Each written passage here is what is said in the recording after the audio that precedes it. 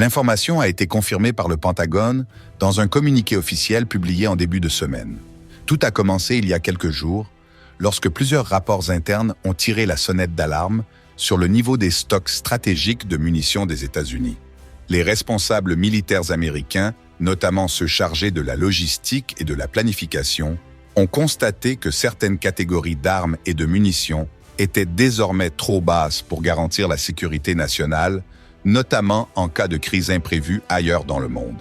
Parmi les systèmes jugés critiques figurent les intercepteurs Patriot PAC-3, utilisés pour la défense anti-aérienne et anti-missiles, mais aussi les obus de 155 mm, indispensables pour l'artillerie, ainsi que les roquettes guidées GMLRS, qui équipent les lance-roquettes HIMARS, devenu un symbole du soutien militaire américain à l'Ukraine.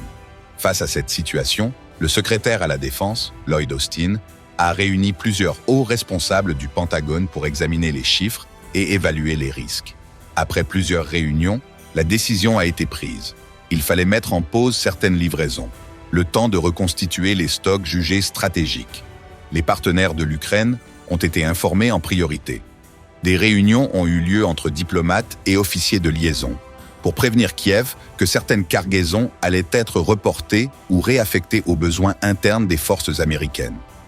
Sur le terrain, cela signifie concrètement que des lots d'intercepteurs Patriot PAC-3, de missiles Stinger, IM-7 et Hellfire, ainsi que des palettes de munitions de 155 mm, déjà prêts à partir, ont été retenus dans les dépôts ou retardés sur les chaînes logistiques.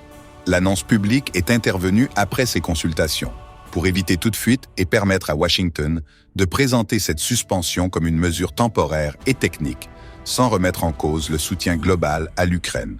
Selon le Pentagone, la priorité est de garantir que l'armée américaine conserve des capacités suffisantes pour répondre à d'autres menaces, notamment en Asie ou au Moyen-Orient, où les tensions restent fortes.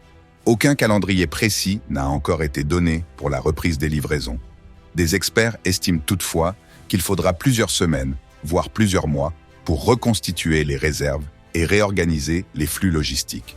En attendant, le matériel déjà livré reste opérationnel sur le terrain ukrainien, mais certains stocks pourraient manquer dans les mois à venir si la pause se prolonge.